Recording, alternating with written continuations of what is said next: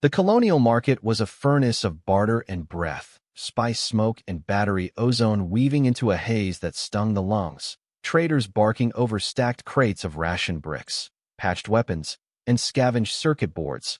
But one pitch cut the clamor by refusing to join it, a tight circle of silence where a reinforced cage squatted like a verdict, and inside it stood a vulpine giantess with rust-red fur dulled by dust, golden eyes unfixed and unblinking, iron rings biting her wrists, a choke collar cinched until every breath sounded taxed, buyers orbiting like carrion birds while a tattooed broker bragged about training, obedience, resale value, and all the other lies slavers use to dehumanize a living mind. And that was where my boots froze because I'd seen too many collars and too many wars. And when her gaze finally rose and struck mine, it felt like a blade measuring my throat rather than asking mercy. So the words left me before caution could catch them, and I said, too loud for safety and just loud enough to be a promise. She's not your animal, and she won't kneel for your door or fetch for your guests, because if she walks out of here it will be beside me and not behind me, equal or nothing. The crowd hissed the way crowds do when spectacle threatens to become trouble, the broker leaning on the bars with a smoke-scraped laugh as he drew out the name of her people like a trick card. Viewer in stock, rare, breaks clean, guards well, entertains better, but my hand had already thumped a satchel of hazard pay on the counter, the weight of years spent on border sieges landing like a gavel. And he counted with the greedy patience of a man who knows coin forgives any sin while the circle tightened, compliments turning to wagers about how long I'd live. And when the lock clacked and the door whined open, the world inhaled, her shoulders rolling back with a predator's uncoiling, tail a low metronome of warning, the collar dropping to the dust like a shed shackle. And still I was not ready for how tall she was up close, a head and a half over me, ears like angled blades, presence like a storm held in flesh. And when she spoke, her voice came low and husked by thirst. You do not own me, to which I answered without ornament. Good, Astra, because I didn't claim you to own you. And the crowd jeered while the broker waved us off. But we stepped into the lane together anyway, with that vow hanging between us like a drawn line across the galaxy. I was relcade once in uniforms that didn't fit right and battles that never ended, a soldier with more scars than savings. And the VYRN woman who now paced beside me gave a name only after we cleared the crush of stalls.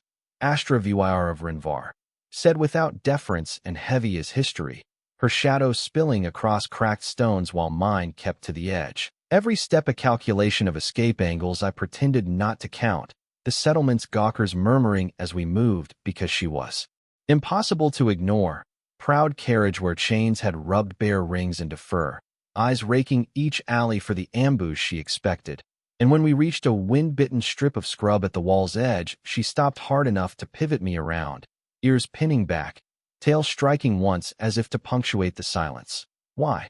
She asked. Just that one word that weighed more than the credits I'd thrown away, and I told her the only truth I had left, that I'd watched too many cages pass my post, and did nothing. And if I kept walking today, I'd be exactly what the authority wanted me to be tomorrow.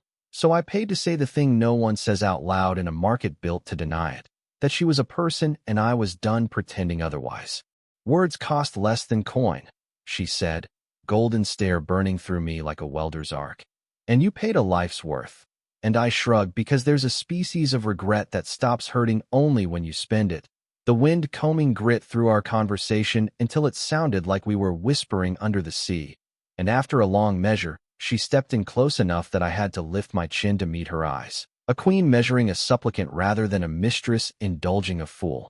You are reckless, human, she decided, but not false. And when I offered a hand, she ignored it with a small curve of lip that wasn't a smile so much as a reveal of teeth. Yet she matched my pace when I turned toward the low hills beyond the brick, and something eased in my shoulders as we left the bizarre roar for the open scrape of the waste, where silence isn't absence, but a terrain all its own, our footfalls breaking it in two rhythms, my boot crunches and her soft pads sinking to a truce neither of us had announced. We made a lean camp under the crooked ribs of a ruined way station, half a roof left to catch the starlight and enough wall to cut the wind. And before I could fumble a striker from my kit, Astra plucked a shard of ferro and sparked tinder with a flick that told me She had learned survival, without human help, fire gilding her fur in copper and gold until she looked like something forged rather than born. And the heat made us both admit our aches, though neither spoke it. The day's tension bleeding out in slow increments while we ate in silence that wasn't unfriendly, just honest about what we didn't know each other yet, until I said the thing I couldn't swallow, that the broker's patter about breaking and taming was a lie even to him. And she went still in that statue way predators do when they decide whether to spring, ears sharpening. "VRN do not break," she said, each word a rung in a ladder of memory. "We endure." And I nodded because endurance is the closest thing to holiness I understand.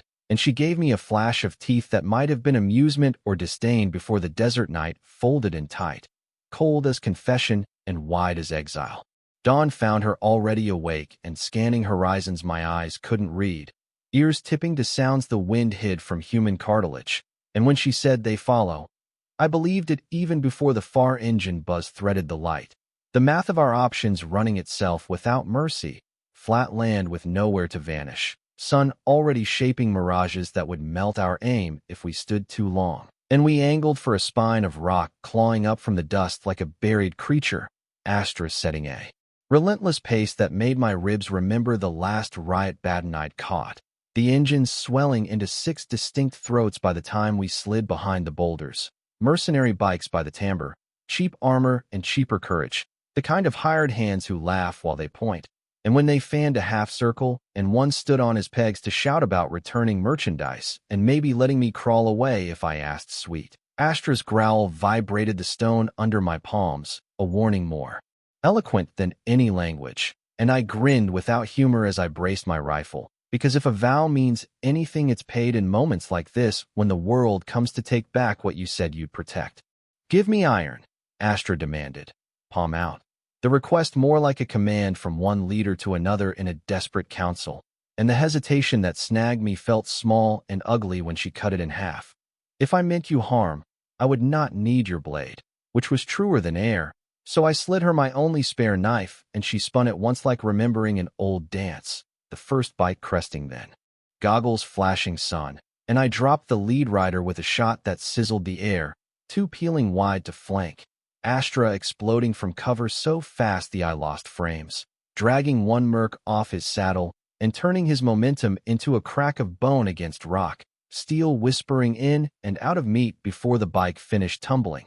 And I bled the rifle dry across their arc while she made a lesson of proximity, claws and knife and precision that belonged to someone who had killed before collars, and would kill after any chain. The last pair deciding they hadn't been paid enough to die on a nowhere hill, and blowing dust away in streamers that made the sun look like it wore rags. The wind carried the stink of burned synth oil and blood as quiet fell, my pulse loud in the empty around it.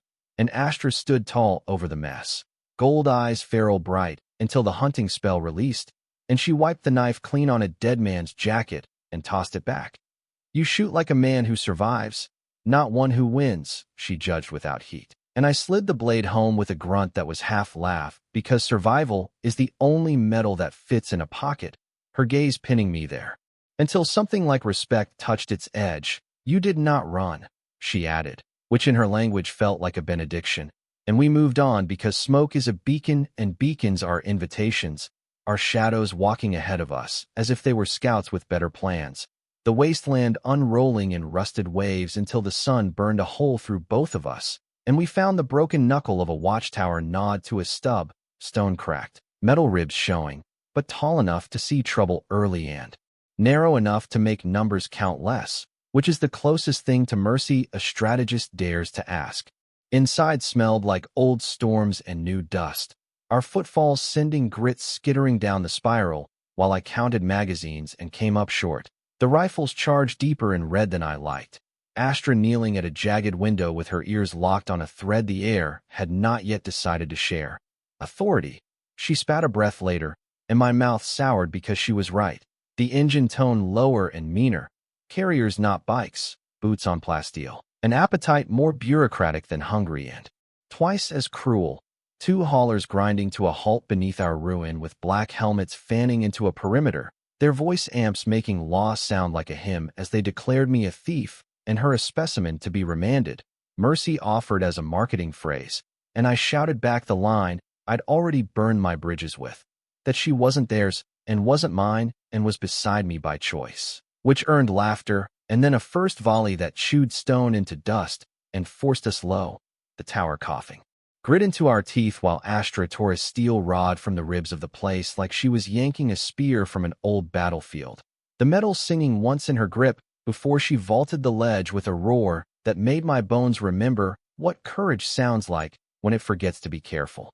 If they expected a cornered animal, they met a storm, Astra landing in their ranks with a crack and a spin, the rod punching through a chest plate and out the back in a wet cough of sparks, her body a red blur that learned their spacing faster than their sergeant could replay the training feed in his head, and I stumbled down the stairs spraying cover bursts, trading shells for seconds, the tower shuddering with every recoil and curse, a blade kissing my ear and taking more blood than dignity. As I jammed a muzzle under a visor seam and pulled the trigger until the smell turned thick, Astra ripping three at once into angles their instructors never rehearsed while another squad poured from the hauler like ants who'd found sugar, and we gave ground to a boulder garden that remembered being a wall while I watched the last sliver of charge flicker desperate, her voice cutting the chaos with my name not as a question but as a summons. Rel. Surrounded and bleeding in lines that would scar beautiful. My final burst opening 2 helmets for her as she finished the rest with a pivot that began as rage and ended as math, and then the field went quiet except for a carrier burning itself out, and our breathing like someone else's song. We didn't stay to count bodies or blessings because both attract their opposites. The watchtower's smoke would ladder the sky for every patrol within 100 clicks, so we slipped out the back of the ruin and stitched our path through gullies that could almost fool satellites if they weren't looking too hard. Astra's injured arm hanging a little heavy though her stride never limped, stubbornness and pride sewing her together where bandages could not. And I knew we needed something besides grit and luck, which is when the outpost showed itself like a memory I hadn't asked for. A smuggler's nest squatting in a dead quarry, cranes like skeletal saints praying for collapse, prefabs stacked in alleys of corrugated prayer, and the stink of oil joined to the lullaby of generators, which would have been warning enough if Joran Vale hadn't stepped from the crowd with a grin big enough to hide a knife. An old comrade who had taught me to gamble with bullets and drink with both hands, clapping my back and sliding a look to Astra like he was measuring salvage instead of sovereignty while I said she's with me. And his hands rose in the easy innocence of men who are already selling your name. The cantina tasted like stale lightning and cheaper promises, Joran pushing a tin mug into my fist while Astra took the high-alert seat by the wall that lets you watch the entire room without ever turning your head, his voice dropping low with the weightless concern of a friend who has already done the math. Authority notices posted, bounties worded as fines, talk of property stolen and trade laws profaned, the word specimen used as if syllables could wash blood from hands, and then the salesman came out in him. Lucky break, ship ready, no questions, leave tonight if you're done playing outlaw for pride. And I wanted to say yes because exhaustion is a negotiator with a silver tongue, but Astra's tail flicked once like a blade testing its balance, and her ears flattened at the quiet on the docks before we even reached them, my back prickling as we stepped onto a platform where shadows stood too still. Joran waiting at the base of a patched hauler with a smile stretched thin and not a single dockhand in sight. The rifles cocking from those shadows a drum roll for betrayal while he shrugged with a regret he'd practiced in a mirror. Authority pays more than loyalty, old friend. And I kept Astra from launching at him because suicide is a kind of loyalty too, and I was not ready to swear it yet. The commander's speaker gave us the script, my full name like a charge sheet, Astra reduced to a classification to make the cuffs seem inevitable. Alive if possible, dead if necessary. The kind of efficiency that wears a human face like a badge, and Astra leaned close enough that her breath was a furnace at my ear. We fight together, she said, a statement rather than a vote. And then the dock shattered in emotion, her first hit turning a rifle into scrap and a soldier into meat while I slid behind a crate and made each shot by a heartbeat, the advance unrolling in discipline waves that didn't break when bodies fell. Joran trying to ghost up his ramp while I shouted his name, and Astra tracked the sound like a hunting dog, pinning him to the hull with claws that kissed metal beside his skull, and carving a warning across his face, she mercifully chose not to finish, soldiers surging to close the gap that Mercy opened, my pistol hissing dead in my grip as charge bled to zero. And we fell back step by step toward the ship that might as well have been a mirage if courage alone had to buy our ticket, Astra, bleeding down her arm and still moving like a verdict while I scooped a fallen rifle and felt its heat as if it had a fever. Their wall of black helmets tightened to seal us in a neat story with a clean ending, white deck lights painting everything too bright for the honesty of it, the commander's hand chopping the air to signal a final harvest, and the line coming on with the patience of tide. And that was when Astra made speech into a weapon, standing taller than any of them with blood on her chest like heraldry, voice cracking the dock open as she named herself Viwaren and named me equal, not master and not owner. Syllables catching even their helmets for a beat because truth does that even to men who train not to hear it. And I put my back to hers and said the only line I had left, that if they wanted her in chains they'd have to kill us both, which isn't romance and isn't bravado so much as arithmetic after you've burned every bridge behind you. And then the world snapped back into gunfire, and we used the hesitation to smash a hole through their wall, claws and rifle bursts choreographing themselves. Without rehearsal, our rhythm improving as if we'd practiced it in some other life. The hauler's ramp bruising my shoulder when we crashed into it, and my hand slamming the close lever while bolts spattered sparks on the steel, like sudden rain that forgot how to wet anything but fear. Inside, the noise dulled to a drum in my bones and Astra sagged back against the bulkhead, 9 feet of battered royalty stitched together by rage and will, her eyes still molten even as the adrenaline ebbed, and she looked at me like a judge considering leniency for a defendant who surprised the bench. "You spoke for me, not over me," she said, each word tasting the memory of that dock light and the smell of burned oil. And I told her I meant exactly what I'd shouted, that equal wasn't a flourish in a market or a tactic on a pier. It was the only way I knew to stay human after what the uniforms made of me. And her tail curled around my boot in a slow, deliberate loop that needed no translation in any star map, a gesture with traditions older than the authorities' founding charter. The hauler tearing us up into the dirty sky with panels sparking and alarms complaining as if the ship objected to the weight of vows more than the holes in its hull, Joran whimpering where I'd cuffed him to his own cargo cleat, and the stars arriving at the canopy like they always do when you punch hard enough and ask forgiveness later. I found the pilot chair and coaxed thrust from a console that answered like it had been flogged before, Astra leaning on the opposite wall with the kind of posture that says pain is a visitor you do not let rearrange your house. Blood drying in dark rivers across fur I would clean whether she trusted me for it or not. And when the atmosphere finally surrendered us to the black, silence fell that wasn't peace so much as room to breathe, autopilot wobbling us into a hold pattern while I knelt at her side with a med kit and a promise, unwrapping the gash on her shoulder and hissing at the depth of it. Antiseptic burning a clean path through corruption the way truth burns through lies when someone risks saying it in a hostile room. Her breath evening as the sting dulled, and that golden gaze meeting mine with an appraisal that felt less like suspicion and more like inventory of shared risk. "Among the Viwaren," she murmured. "To name another equal is to braid fate."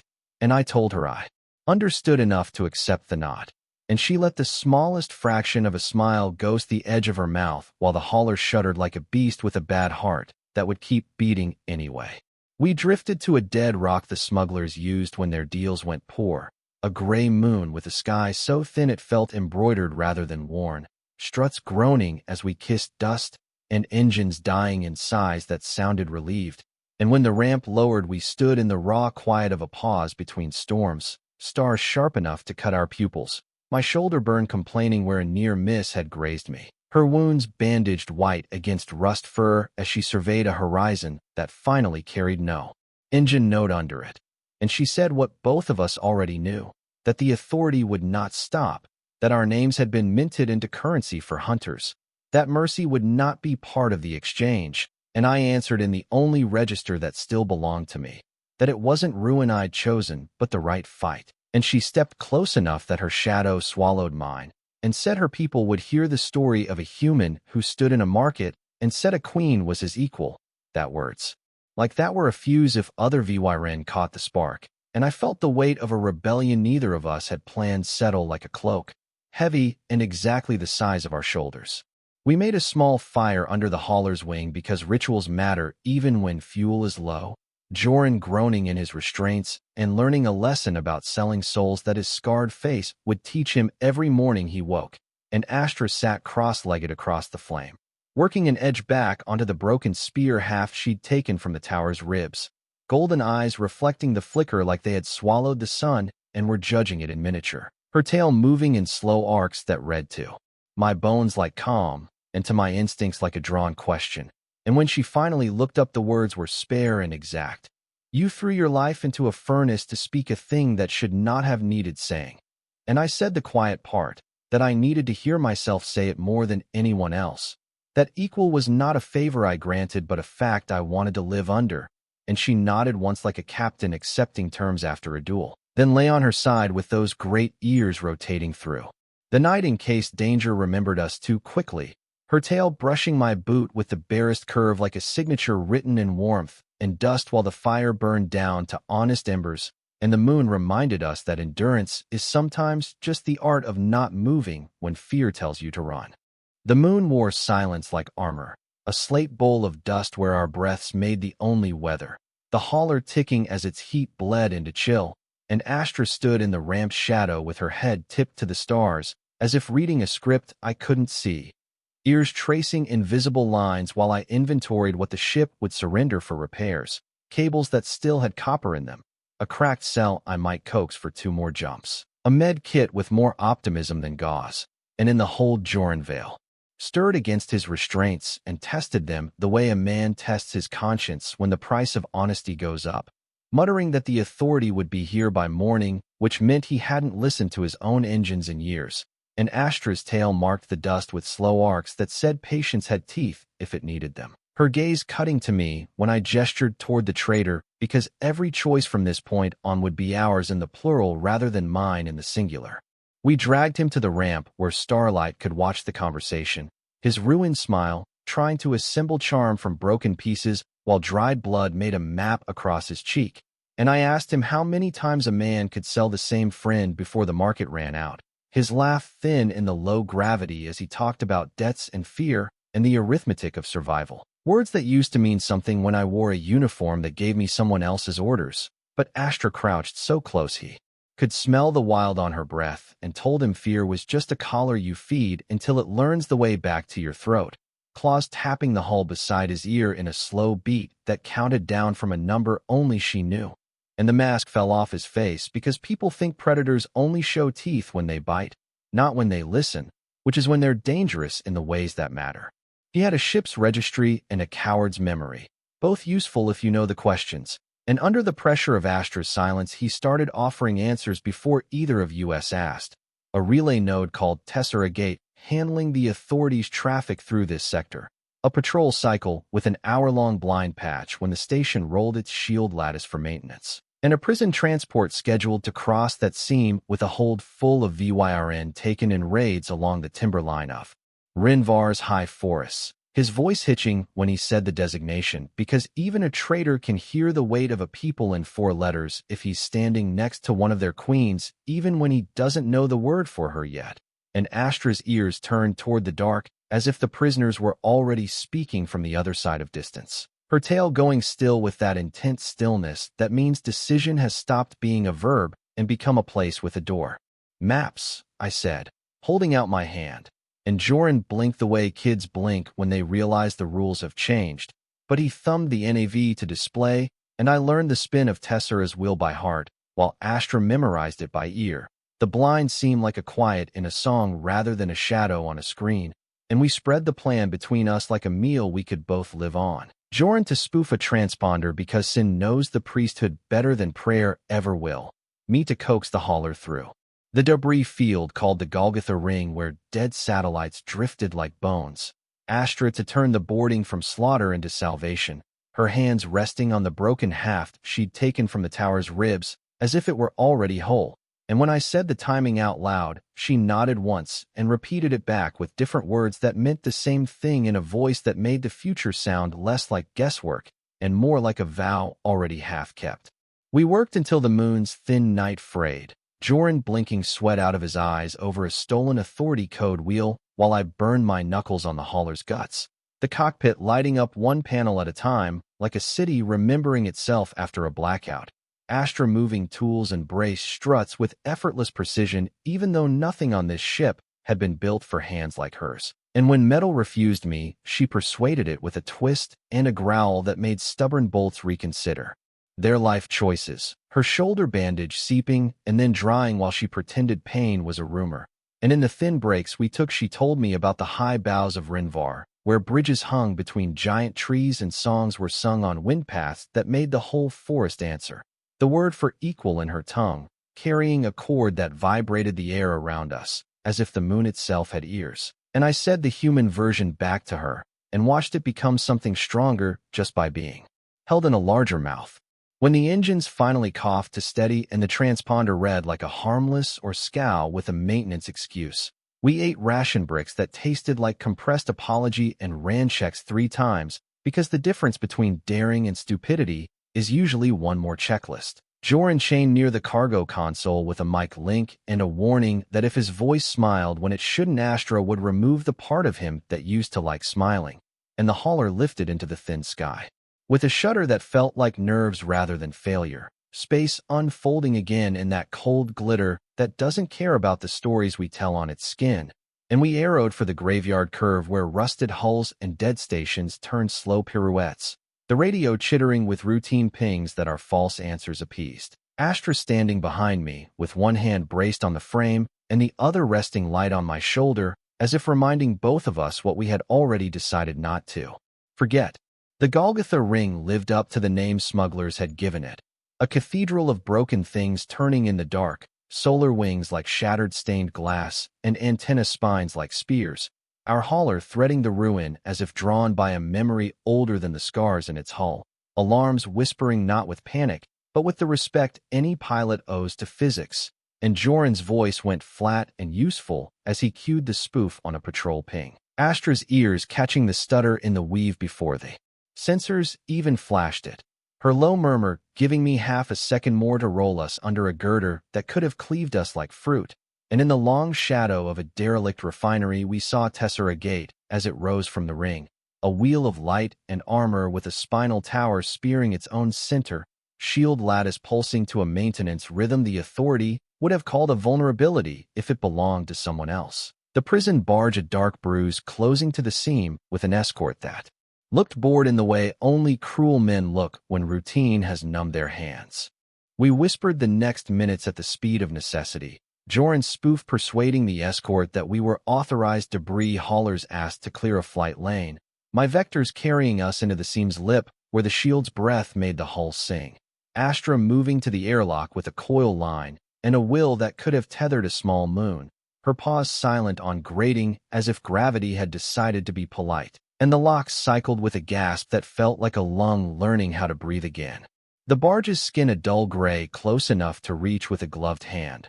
Windows blacked like a blindfold over a giant. And when the magnets bit and the hatch cutter hissed, Astra's tail drew one slow curve in the air like a sigil carved into smoke. The door falling inward with a sound I have heard only in hospitals and prisons, that hush that follows a seal when a space remembers it was meant for people and not property. Inside smelled like disinfectant and old sorrow. A corridor lit in the Authority's preferred palette of compliance, soft white that makes you forget the color of sunlight, and 2 guards turned with the same expression men, where when they're sure their day cannot surprise them until it does.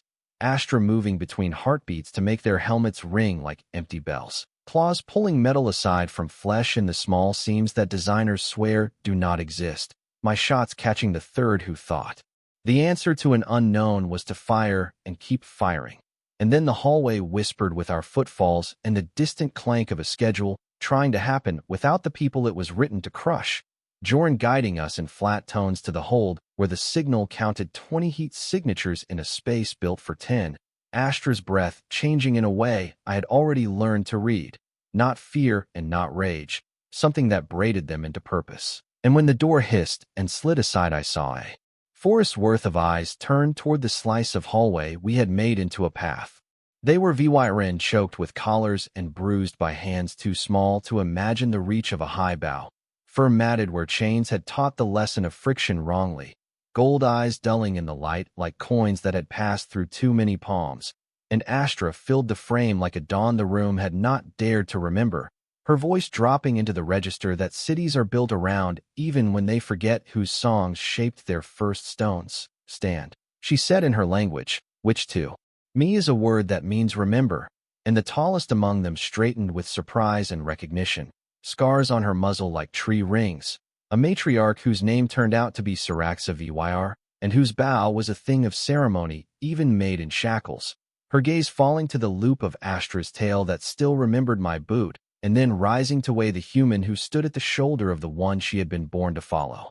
I shot the collars because sometimes you'd use a gun to cut a chain, metal cracking open with a sulfur hiss, the smell making my eyes water as if guilt had been made liquid, and Astra moved through them like wind in boughs, touching shoulders with that precise pressure that says you are here and I see that you are whole enough to keep going. Saraxa taking the broken haft from Astra's hand and returning it with a nod that meant it was hers no matter what shape it wore, and the room put on a different shape too as freed bodies remembered how to stand in a space that wasn't measured for kneeling, their breath becoming the only weather again the way it had on the moon.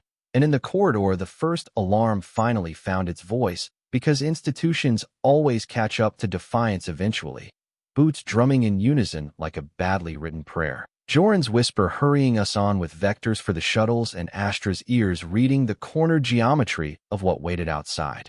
We left in two files that braided into one, the VYRN moving with injuries hidden under dignity, Saraxa at Astra's flank with an angle that told me more about rank than any crest would have, and the first squad rounded the bend with visors down and rifles set to pacify, a word that means bruise before it means bleed, but the corridor turned narrow at our feet, and we made of it a funnel. Astra's rod a lever that taught joints to remember they were meat inside their steel, my shots deliberate and stingy because charge is a currency you must account for when history is expensive, and Saraxa fought with a length of chain she turned into a speaking line, the links whistling with an argument the helmets could not answer, the squad breaking on our front and leaving the second to stumble into their confusion, which is the thing fear does to training when the story you thought you were acting in changes its narrator.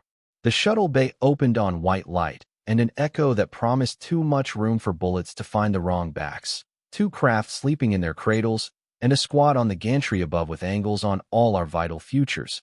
And Joran's voice bled static as the spoof stuttered under strain, because lies have to keep remembering themselves to stay alive. Astra's head tilting to catch the pause in the lattice waveform that would let me roll a crate under a firing lane and use it as a poor man's barricade. Saraxa and two younger VYRN taking the left flank like water takes a shape different from the riverbed's intent, their chainsong turning helmets, and I followed with fire that stayed close to my breath so it wouldn't run ahead and leave me.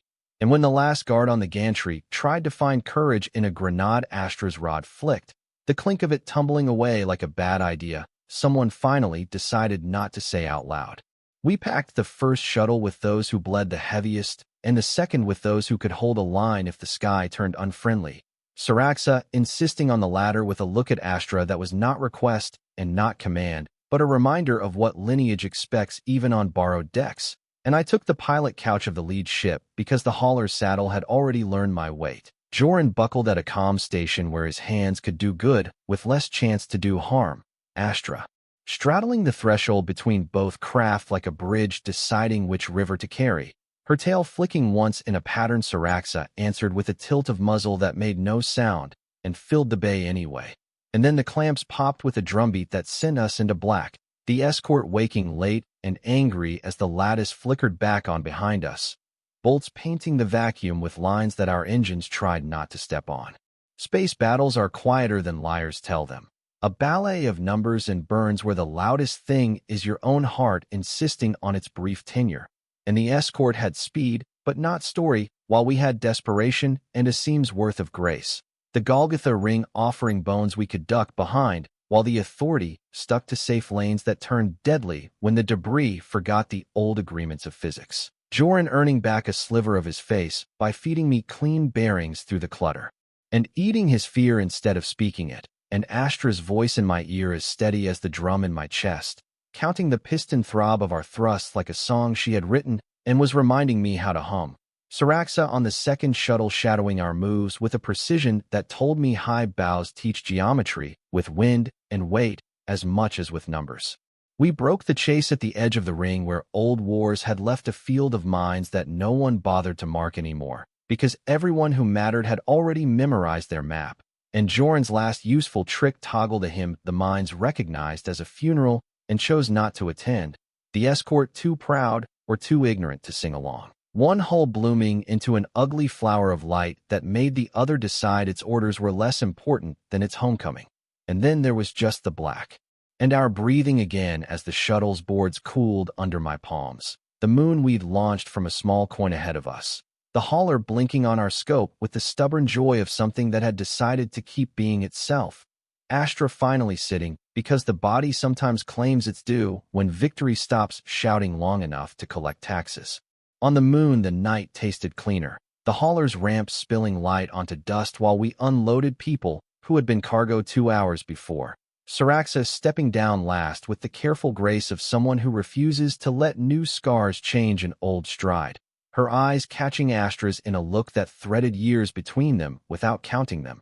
And I stood aside, because sometimes ally means making room without being asked. The VYRN forming a half circle that widened, so I was not outside it so much as on its edge where bridges begin, and Saraxa spoke in their tongue for a long minute with a rhythm that felt like wind in high leaves, turning to include me, turning to frame Astra, turning to gather the freed and the wounded into a shape that could hold until morning. And when she finished, the only human words needed were the simplest ones: water, heat, food, watch, plan. The choreography of survival that isn't glorious and therefore is sacred in a way metals cannot touch. Joran asked for release because men like him always mistake a single good act for an absolution the world has not yet voted on, and Astra looked to me, because equal was not a word we would cheapen by forgetting what it demanded. My answer as practical as it was moral, that a man who sells friends will sell enemies faster, and therefore has a predictable market value, which meant he could work his debt down under a watch that would not blink until it learned the right reflex, his shoulders sagging not from the weight of chains, but from the sudden novelty of consequence. And Saraxa's side glance told me she approved not because mercy is soft, but because it is a weapon that cuts outward when wielded correctly and inward when it has to remind you who you said you were.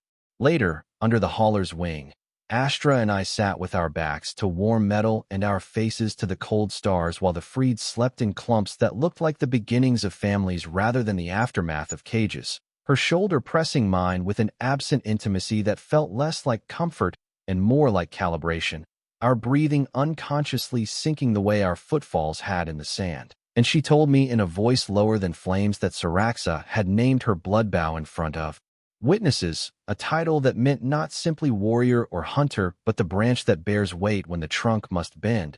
And I said I was just a border rat who had learned too late that the line he guarded cut the wrong people.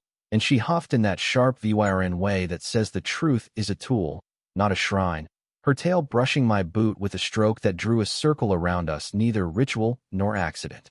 We did not sleep so much as traded.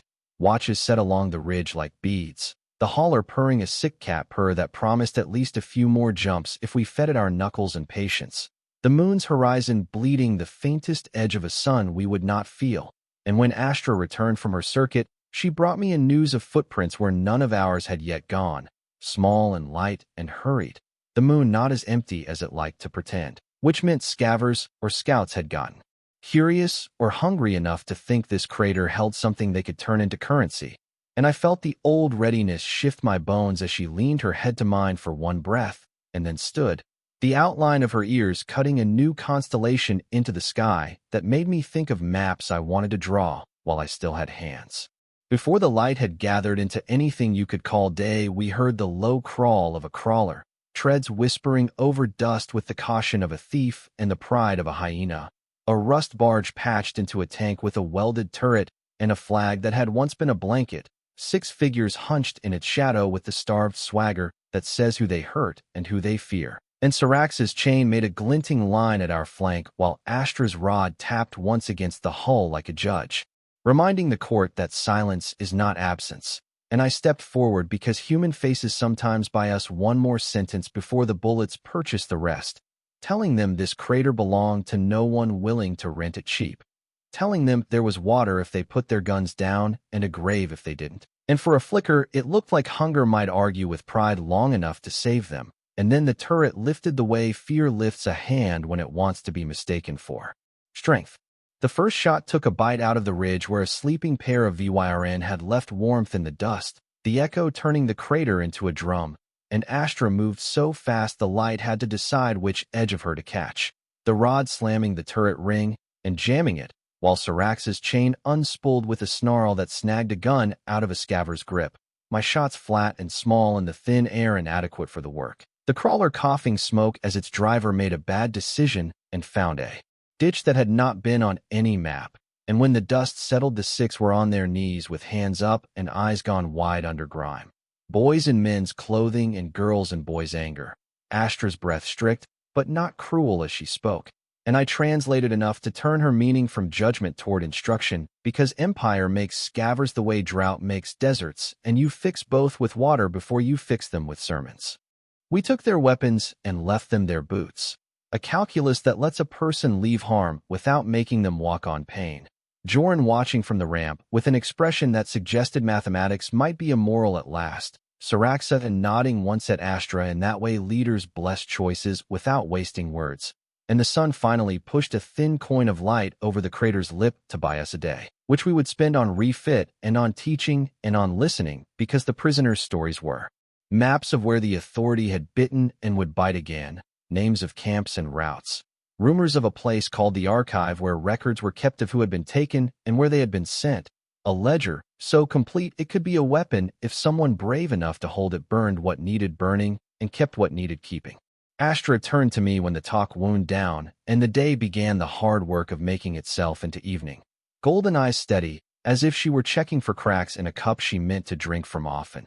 And she said the next move like a sentence we had already served half of, that we would go to the Archive and make it useless to chains and useful to those who cut them, that we would leave the moon with a fleet of 2 ships and the weight of witnesses. That equal means not only standing side by side when knives are out, but also sharing the work of making a world where fewer knives are needed. And she touched her brow to mine in the brief VYRN cadence of pact, the gesture sparing and bright as flint on stone, and I let that spark catch a tinder I had been carrying for years without knowing its name.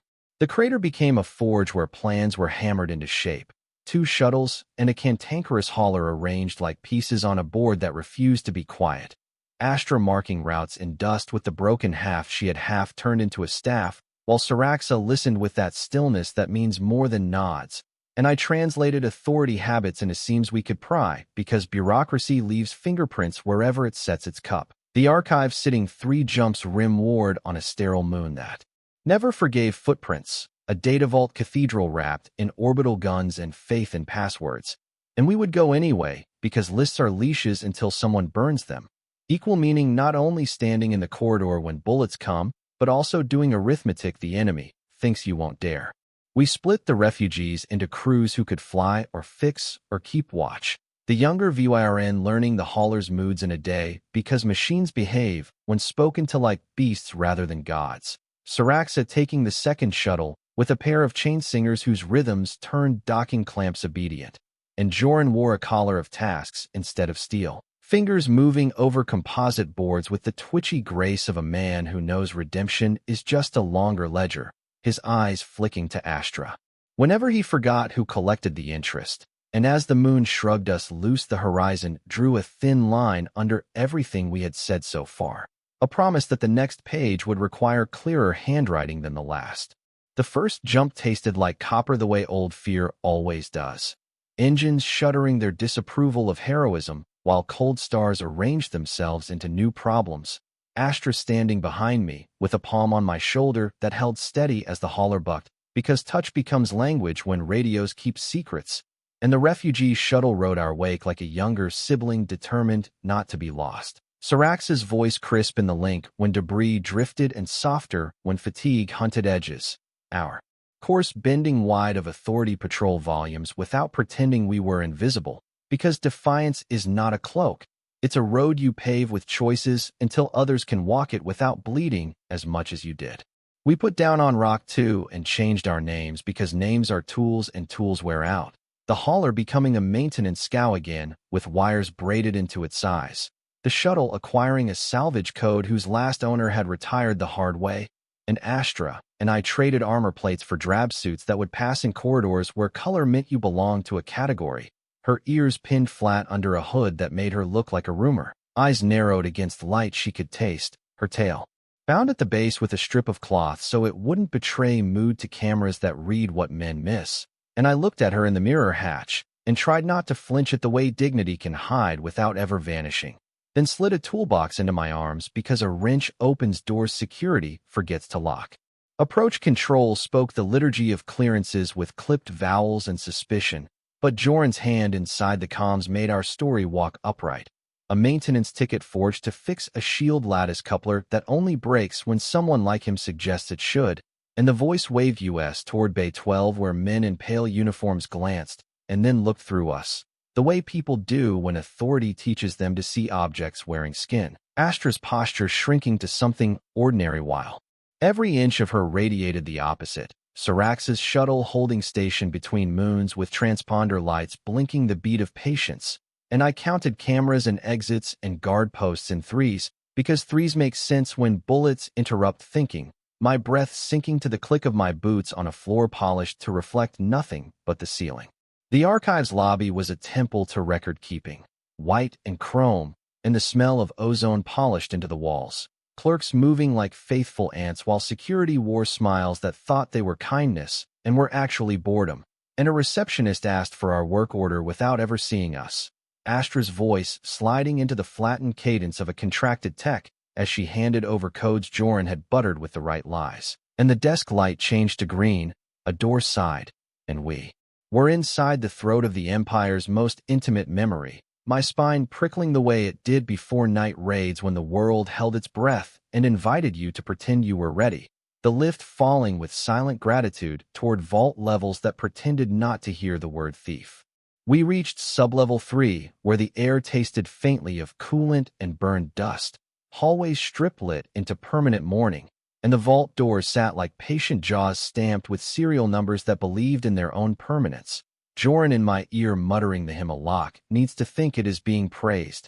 Astra walking with a tradeswoman's efficient indifference and a hunter's angled alert. Her eyes cutting corners milliseconds before my head did, and we slid past 2 checkpoints on the authority of numbers that weren't ours until the third asked for a retina we didn't carry, which is the kind of problem that ends stories or invents better ones. Astra stepping into the guard's eye line with a stumble she never makes, spilling a coil of cable to draw him into the old reflex of help that even uniforms remember when the script isn't watching too closely. He leaned. She moved. The cable cinched his wrists as if trained for it, and I caught his fall with a hand over his mouth and a whisper into his ear that said this wasn't about him. It was about the machine he stood inside. His nod quick and terrified and honest, because fear makes liars in big things and truth-tellers in small ones. The retina pad accepting his borrowed gaze with obedient light, while Astra knocked the cameras into a loop long enough to teach them a new memory, and the vault door unlatched with a sigh that belonged in a morgue. Racks of data modules beyond blinking the soft pulse of sleeping things, each chip a bead on a rosary of crimes, each file a wire tied to a heart that thought it had been forgotten and was about to be proven wrong.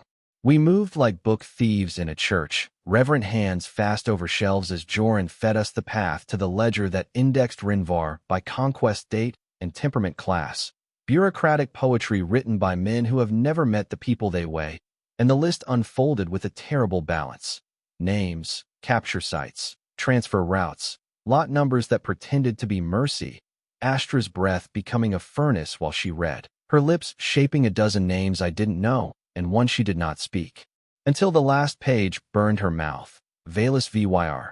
She whispered, not looking at me because the word meant sister, not the kind you choose in an army, the kind a forest gives you before it burns, and the record said relocation to a research annex in a station with a name like a lie, Prosper.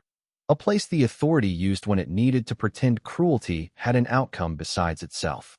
We copied the ledger entire because fire has to know where to start. Astra's claws gentle on the chips as if they were living, her tail a still line that told me the world had narrowed to one beam. She would walk across a canyon without noticing the drop, and I packed the modules into a case that looked like nothing worth stealing, replacing their emptiness on the shelf with blanks that would not discover the swap until we were already a rumor. Then we shut the vault with the care a priest gives. A relic and retraced steps through the corridor loop we had tied. The guard breathing steady where we left him with a story to tell that would let him live if he told it right. The lift rising with the speed of a confession that promises forgiveness and sometimes keeps it. The lobby's light felt brighter because guilt adjusts eyes more than lamps. The receptionist waving without looking because our faces had written themselves into the category reserved for ghosts. And we crossed the threshold into the bay, as if we carried nothing more than a coil of cable and the boredom of a maintenance morning.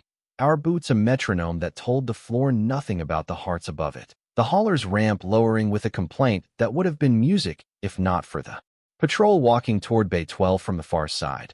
6 helmets and a sergeant whose gait said he liked rules when they let him ignore exceptions.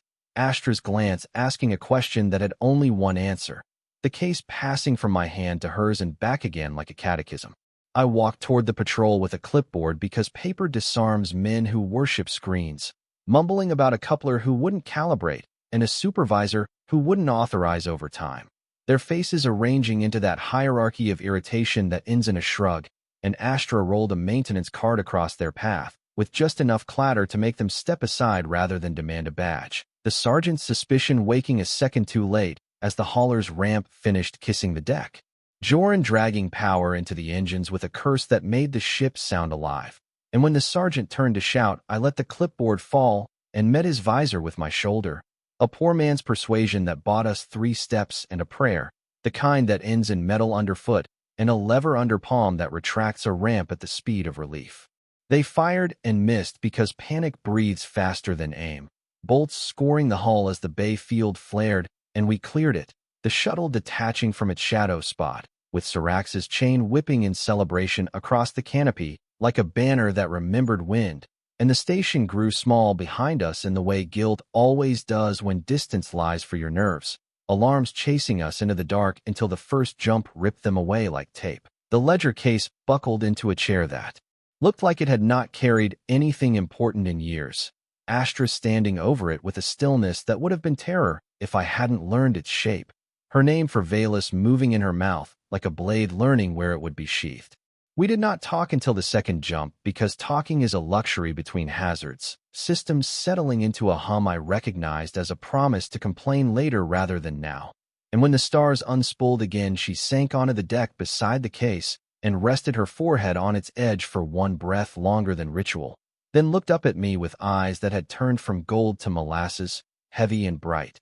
The archive says she lives, she said, which means it intends a different word, and I answered without flattery that the difference between live and survive is sometimes a door we kick until hinges yield, Syrax's voice crackling in agreement across the link as she read the copy we pulsed to her shuttle, a low vow in VYRN cadence that promised the ledger would not see another sunrise in the authorities' hands. We swung wide to a refuel rock where a black market depot wore the face of a monastery, robed attendants praying over valves and donations accepted in the currency of silence, our tanks sipping enough to let us reach the rendezvous moon again with breathing room if no one decided we were interesting. And the refugees met us at the ramp with a circle that looked like a council and felt like a family. Syraxa stepping forward to take the case with a bow that warmed the air, her chain singers lifting modules with the same care they would lift infants. And Joran hovered at the edge of forgiveness without daring to ask for it, his hands twitching for wires to arrange because some men can only speak clearly with tools, Astra touching his shoulder once in acknowledgement of the part he had played and the long road still ahead of him. Night took the crater with the same steady hand it had before, but the campfire's talk changed key, names from the ledger said aloud and answered from the crowd, with weeping or relief or silence that didn't need explaining. The refugees learning where their missing had been sent and what would be required to bring them home. Saraxa marking maps in ash and spark while Astra leaned into me until our ribs caught and matched. Her voice low as she translated the ledger's sterile phrases into the forest's living terms, how a timberline becomes a fence becomes a cage if you tell a story wrong. And I watched the ring of listeners lean closer not because my words were wise, but because hers turned hope into an object you could hold without cutting your hand.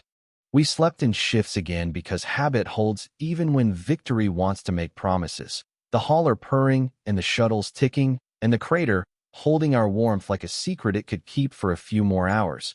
And in the deepest part of the night, Astra woke me with a fingertip at my throat.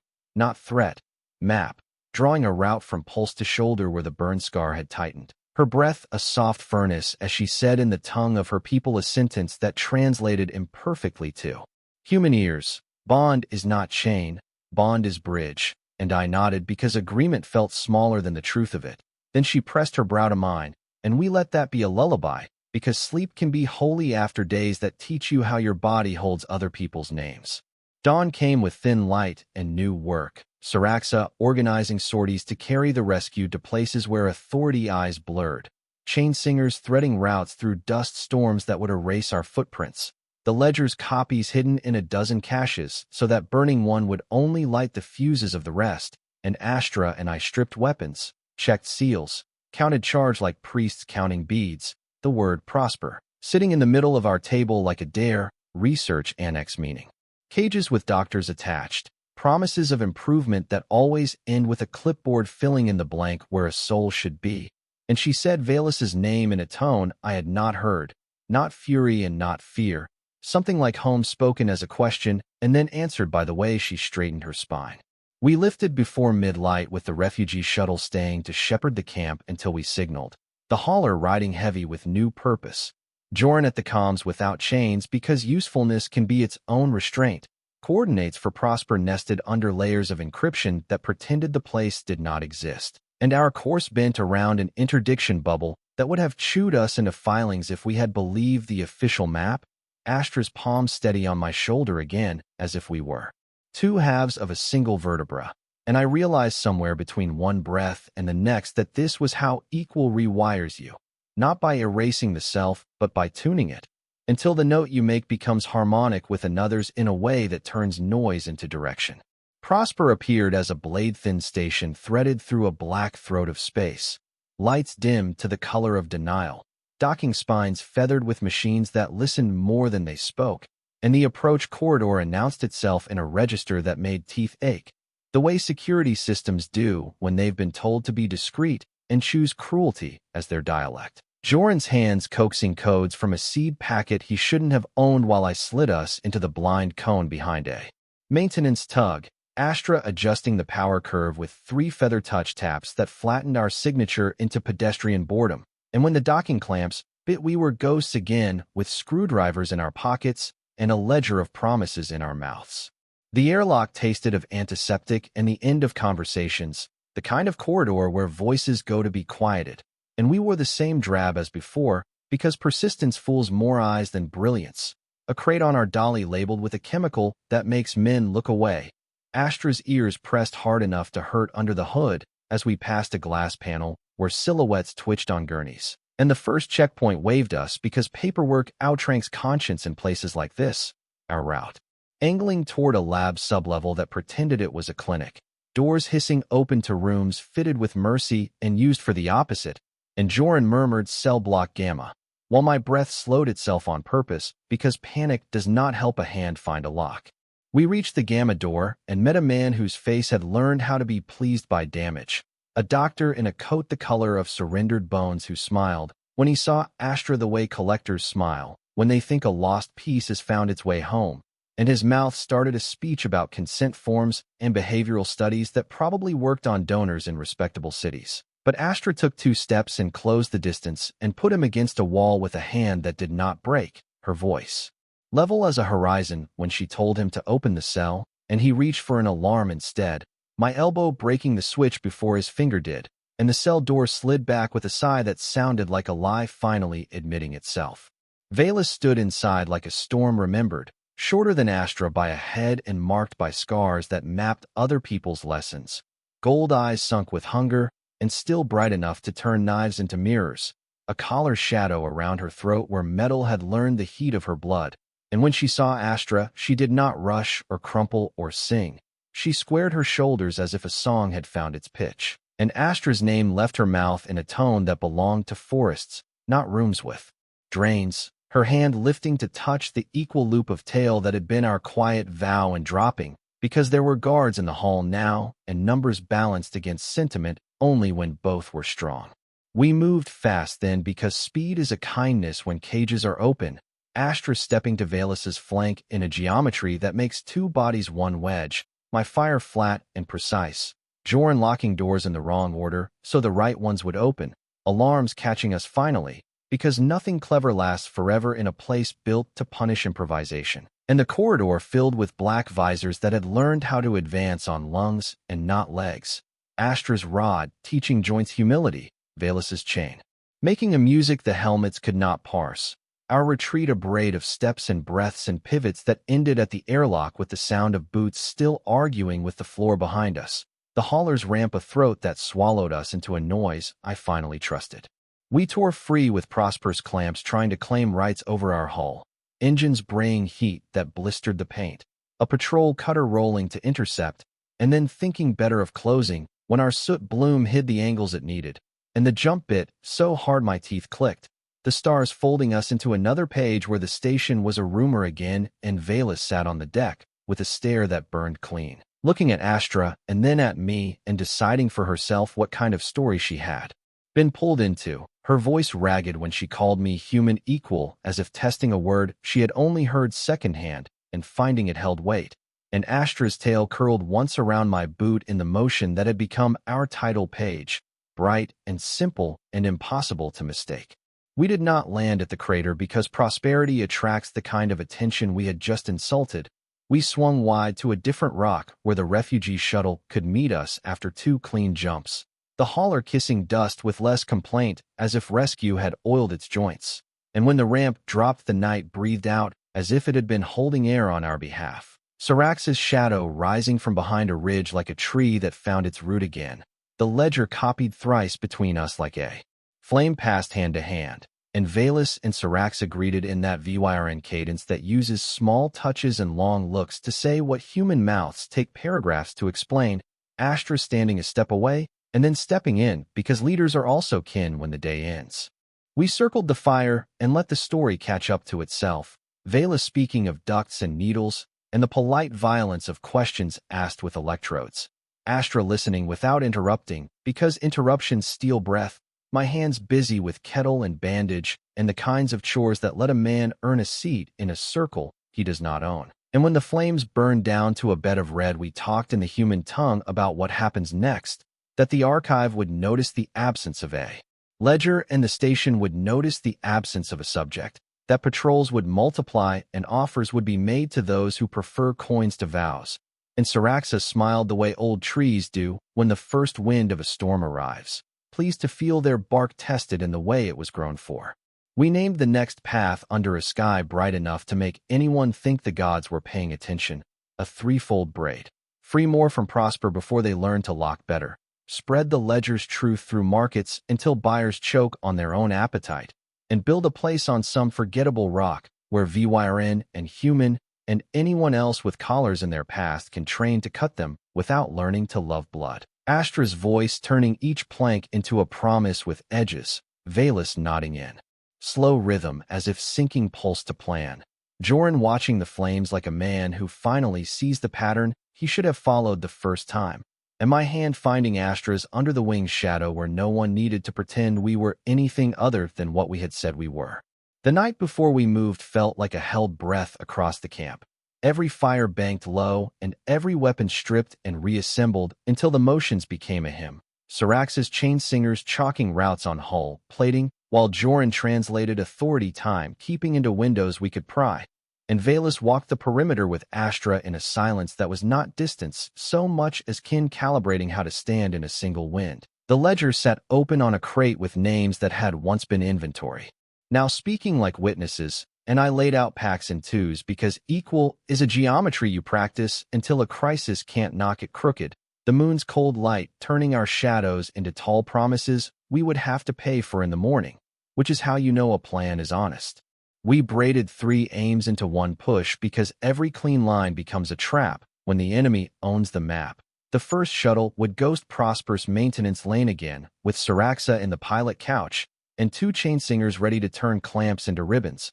The hauler would swing wide to a relay where authority dispatchers blotted oaths into transcripts and stitched the station's alarms into confusion. And Astra insisted our team be the knife that cut the cages while I said the word equal, and she tipped her head as if tasting it for sharpness again before nodding once. Joran requested to ride with me, which was either courage or guilt learning new tricks, and Valus stood at Astra's shoulder as if the forest had grown a second trunk to brace the first, their eyes matching in that burnt amber way that turns a vow into architecture. We lifted under a sky brittle with stars, the hauler purring like a reluctant beast deciding to love its harness, Sarax's shuttle peeling off on a vector that used dark like a tool instead of hiding inside it. And I watched the fuel curve with the paranoid affection of a man who had once walked home from a battlefield by counting the beats between misfires. Astra behind me, with a palm on my shoulder in the cadence we had taught each other. Joran murmuring packet edits into a comms rack that was never meant to tell eloquent lies and deciding to do it anyway. And Valus strapped into the jump seat with her hands open on her knees, as if letting the ship feel her pulse the way a physician reads a wrist, which is how you know someone trained to endure is learning to move again. At the relay, we became an unscheduled maintenance alert with a signature that made bureaucrats sigh and wave us through. Joran's voice wearing the accent of a night shift tech who drinks too much coffee and cares exactly enough to be invisible. My hands floating the hauler into a spine channel where obsolete antennae made a trellis, and Astra and Valus split the bay in a blur of practiced economy. One to the breaker stacks where alarms learn which wires are their parents, and the other to the backup board that thinks it's a god because no one prays to it until the building burns. Sarax's whisper coming through the link to say their clamps were in hand, and 3 guards were learning a lesson about chain as instrument, not ornament. And I spread our packets like sand into gears so Prosper's security map began rendering corridors as stairwells and doors as opinions, which is my favorite way to keep honest men from doing cruel work. We came into Prosper slantwise through a cargo throat that thought it had been forgotten, the hauler's ramp kissing a catwalk nobody monitored because small economies always miss the corners where big crimes hide. Astra leading with the broken haft she had sanded into a staff and Valus at her flank with a length of braided cable that sang when it moved, our boots whispering over grating while cameras looped a minute that had never happened. And Joran rode the link with me like a second set of fingers, catching the flicker when an old system remembered itself and lying to it with tenderness. Alarm stayed asleep while we made shadows where our faces, and Saraxa sang a docking hymn that taught clamps to let go when a hand they trusted tugged, which is all a jailbreak, is if you say it plain. The first cell block opened with a hiss that had learned how to sound kind, rows of VYRN collared and made into diagrams on pads, eyes dull the way gold goes brown in dirty water, and Astra said stand in that register that convinces bone to remember its job, her voice folding the room from flat to tall, while Valus moved like a second dawn down the row. Every collar we broke snapping with the tiny scream of a machine that finally learned the name of what it had been choking. I kept count because count is how you promise no one gets left. Joran's breath in my ear as he forced a door to lag 1 second longer because a guard had remembered to be thorough. And when the first squad turned the corner, we were already a wedge with freed bodies behind us and a corridor ahead shrinking to the size that makes bullets honest. They came in disciplined and too sure of their script, visors down and rifles set to pacify, a word that always means bruise. Astra met them in a geometry of pivot and shove that stapled men to walls without begging gravity. Valus's cable printing confession across a visor until the man under it remembered eyes. I shot joints and seams rather than chests because ending a life is a currency I spend only when the ledger insists. Sarax's team crackled through on the link with good trouble, 2 dozen freed, 1 shuttle heavy with breath, clamps answering to song. And the station finally woke to the fact that stories were being revised in its basement, which meant bulkheads began to close like teeth, and we had to become nimble on a map that kept deleting itself in protest. We rerouted through a medical ward designed for consent that had never met it. The smell of antiseptic learning the taste of fear when we blew its doors too wide. Beds on rails rolling past like small ships in a storm. Astra reading the floor for skid streaks where heavy things had been moved fast, and then pointing to a wall because her ears had caught the hollow in the hum a human sensor never would. I hot-knifed the panel and found a corridor they called maintenance and used for secrets. 4 more cages, 3 VYRN, and 1 human with eyes that had seen both sides of a mask. The collar's coming off faster now because fingers learn shortcuts when they have to. Valus pressing her forehead to a youngling's brow in a pulse swap older than any empire. And Joran piped a counterfeit fire protocol that convinced half the security staff to run the wrong direction. They finally mounted a stand big enough to hurt in the shuttle bay. 2 squads with overlapping fields and a turret waking like a bad idea that had just been handed a drink. The deck a field of sight lines so clean it made my instincts throw grit in them. Astra handed her staff to Valus and took the chain because she wanted reach, the 2 of them switching roles as if they had rehearsed it under trees 30 systems away. And I grabbed a crate and shoved it until it became a moving wall while Joran whispered orders into a channel his codes had convinced was the sergeant's. Half the helmets pivoting to look at the wrong door because obedience makes chaos easy to buy.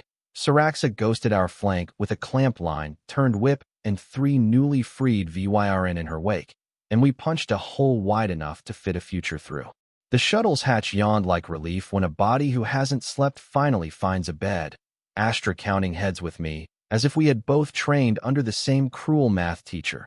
Valus securing harnesses with a touch that left steadiness behind on the shoulders she touched, and I took the pilot couch with a prayer to physics I had learned the hard way. Joran strapping into the comms with a look that said he had stopped asking why he was still alive and started acting like someone who meant to deserve it. The clamps hesitated until Syraxa sang their mothers' names, and then we were loose with Prosper's guns spinning up and the relay still drunk on confusion. The hauler pulling in our wake like an old dog keeping pace with a young wolf because love is sometimes just refusing to be left behind. Space flattened us into a silent scream for a breath while the station's software tried to build a firing solution and choked on the lies we had fed it. The relay answered a ping it shouldn't and sent Prosper a traffic jam instead of a targeting vector. The first salvo spat light where we had been, and the second learned humility when a derelict tug wandered into its arc. I rolled the shuttle hard enough to make my ribs complain and our passengers groan, and then kicked the jump spool with a heel. Because sometimes machines respect a little violence. The stars opened like a wound closing, and the roar in our ears turned back into breath. Astra's hand still on my shoulder, and Valus's palm braced on the bulkhead beside my head. And in that small triangle of touch the panic in my body remembered it had better things to do than shake. We did not go home to the crater because home is where hunters check first. We took the long path through a dust field that gummed sensors and a comet trail that sang in the hull like a harp. The refugee moon 3 bins away waiting with lights banked and heat traced behind rock, so the sky would think no one worth finding was there. And when we finally dropped the ramp, the crowd that met us didn't cheer because some victories are too heavy to lift with voices. They reached for the freed and for one another and for Astra and Valus. A steadying of hands that made the ground feel less like a thing that would betray you. Syraxa counted heads again, and the ledger's copies were lifted like bread being broken and passed. And Joran stood with his back to the firelight like a man who understands shadows keep you honest. We burned the original ledger on a flat stone because fire trains memory to live in mouths. Names read aloud by those who could bear them, and answered by those who needed to. Ash rising into a sky that didn't bargain. Astra spoke last in the VYRN cadence that lays a road in front of the day rather than behind it, promising not paradise but practice, not safety but standing. And when she finished, she looked at me as if to confirm the translation into human. I said what I could without stealing. The weight of what she had given, that we would move the camp soon and teach more hands to cut collars and listen harder than we spoke. And the circle breathed like a single beast learning it had more lungs than fear had counted on. Work swallowed the hours after vows because that is how vows prove themselves. We split the rescued into crews who knew forest medicine and ship discipline and the kind of logistics that keeps a tribe fed when planets turn their faces away. Valus took a squad back to Prosper's shadow with Syraxa to pull another seam before authority wrote new stitches. I turned the hauler into a school desk and a forge, teaching those who had only known rifles as humiliation how to use them as shields and hammers. Astra moved through all of it like a line on a map drawn by a steady hand, tail brushing my boot when we passed in tight corridors or over narrow ground to remind both of us what we had said and kept saying. And Joran learned how to say, "I was wrong," without making it a plea for absolution, which is rarer than courage. When the authority finally came, they did not come small. Carriers like black altars and a frigate with guns that made ambition look cheap. A voice on open hail reciting my charges and Astra's classification, and the bounty that tried to turn our faces into math. They wanted us to run blind into their geometry or stand still and be measured into compliance. We chose neither. Lights died on the plane because Syraxa pulled the grid we had set into night like a blanket. Decoys lit in canyons and transponders bloomed on empty sleds. The frigate wasted a salvo on phantoms while two carriers chased echoes into a dust bowl where Joran had taught the long-dead minds to wake for a song. And when the first flower of fire opened, the others finally remembered arithmetic and backed off, which is the closest thing to respect brutality has ever offered me. The fight that mattered didn't happen at range. It folded into the ridge line where two squads tried to take our flank and learned the difference between training and hunger. Astra and Valus moved like a form the authority had never drilled, staff and chain-drawing arcs that taught knees humility and wrists patience. I kept the line fed with charge and breath, and the occasional curse a man grows in a trench and never disowns. Syraxa's singers turned clamps into slings and ropes into nets. Refugees who had been cargo 2 weeks ago fought with the steadiness of people who have decided to live. And when the squads broke, their sergeant dropped his rifle and took off his helmet and sat down the way grief makes men sit when they realize the orders were lies, which is the moment you stop killing and start building. After, the carriers hung at a distance like a bad memory that hadn't decided whether to fade or fester. The frigate vectored a slow arc that smelled like calculation and left without blessing or threat because bureaucracy hates making choices on record. And we knew this was a reprieve measured in hours, not days. So we packed, the camp folding into hulls with the practiced grace of a people who have learned mobility is prayer. The names from the ledger stowed in 100 throats ready to be spoken in markets and messes and midnight barracks. Astra stood on the hauler's ramp with the horizon on her face and the weight of command in her shoulders, and I stood beside her, because equal means sharing the view and the burden without making a ceremony of it. And Valus squeezed between us to rest her head against Astra's arm the way a younger tree leans when wind estimates its future. We left the moon before it could love us too much, engines drawing a line into a sky that had learned our signatures and would learn new ones if we kept moving. Syraxa took one convoy rimward to seed camps along timberlines, where VYRN songs could teach cities to listen.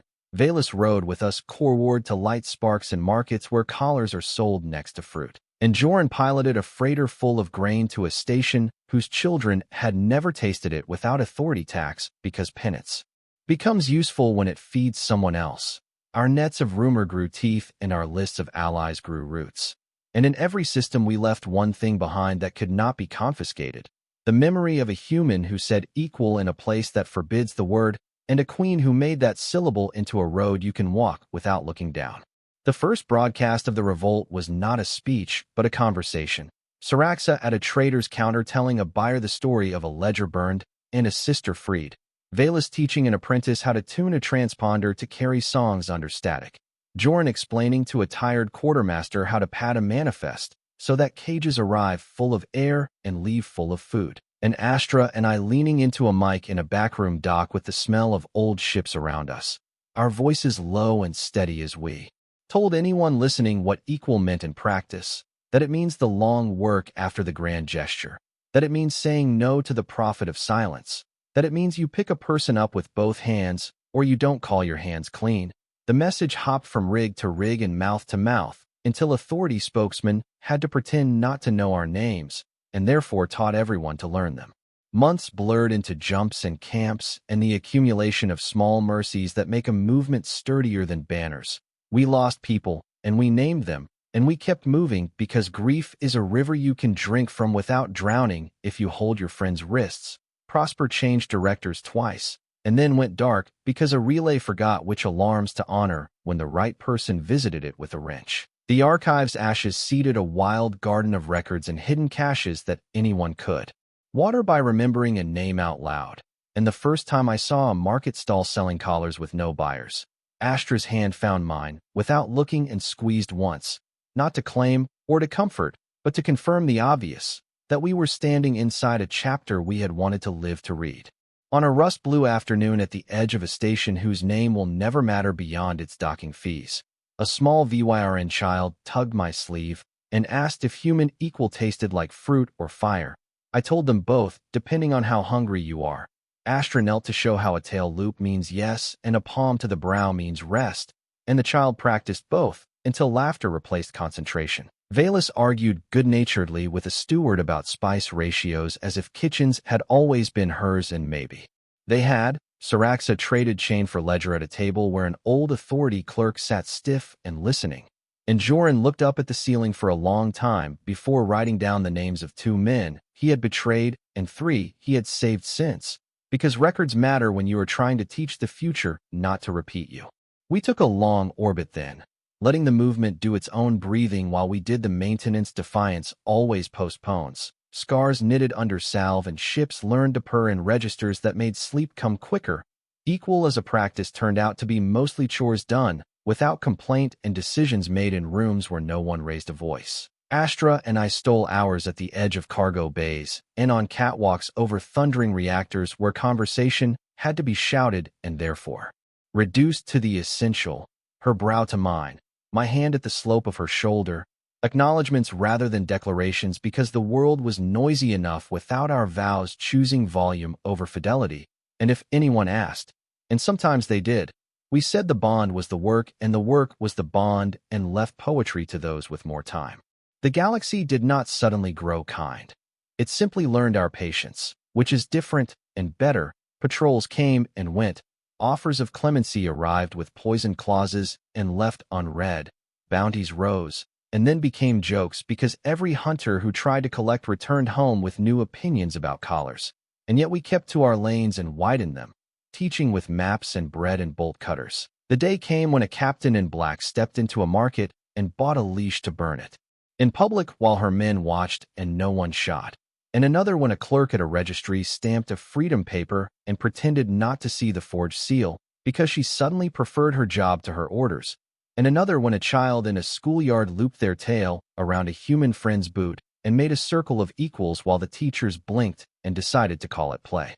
If you want a single moment that proves an empire can shake, take the day we docked at a port where collars had once outsold bread and found a wall painted with a fox queen standing with a human at her shoulder and a chain broken between their hands. Not realistic, not literal.